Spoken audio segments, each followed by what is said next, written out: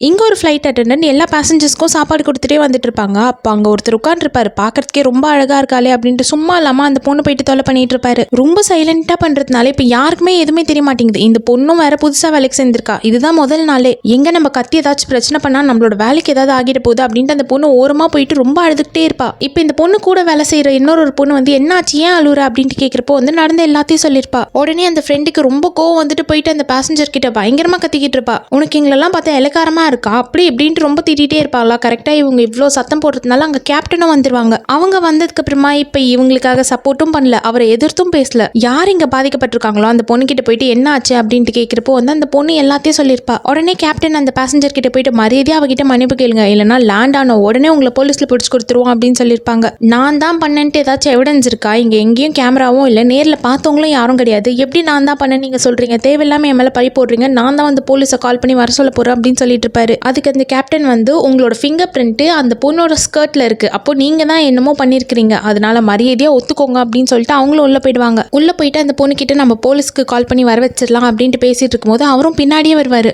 சரி நான் தான் அந்த பொண்ணு மேல கை வச்சேன், தெரியாம வச்சுட்டேன், தயவு செஞ்சே நான் மன்னிச்சிருங்கன்னு ரொம்ப கெஞ்சிட்டு இருப்பாரு. கேப்டன் அந்த பொண்ணு கிட்ட நீ இவரோட மன்னிப்பை ஏத்துக்கிறியா அப்படின்னு கேட்கிறப்போ அந்த பொண்ணு வந்து பெருந்தன்மையோட சரி இவ்வளோ கேட்கிறாரே நான் ஏத்துக்கிறேன் அப்படின்னு தான் சொல்லியிருப்பா. பிரச்சனை முடிஞ்சிருச்சு அப்படின்ட்டு அந்த பொண்ணு வந்து கொஞ்சம் சமாதானம் தான் ஆகியிருப்பா. இப்போ இவர் வெளியே வந்த உடனே வந்து மறுபடியும் திட்டிக்கிட்டே தான் வருவாரு. இவ மூஞ்சிக்கெல்லாம் மன்னிப்பு ஒன்று கேட்குது அப்படின்ட்டு மறுபடியும் வந்து புலம்பிட்டே தான் வருவாரு. இவருக்கெல்லாம் எவ்வளோதான் சொல்லி புரிய வச்சாலும் தப்பெல்லாம் இவர் உணரவே மாட்டாரு. இவருக்கெல்லாம் கரெக்டான தண்டனை போலீஸ் கிட்ட தான் கொடுக்க முடியும் அப்படின்றதுக்காக போலீஸ் கால் பண்ணி வர வச்சிருப்பாங்க.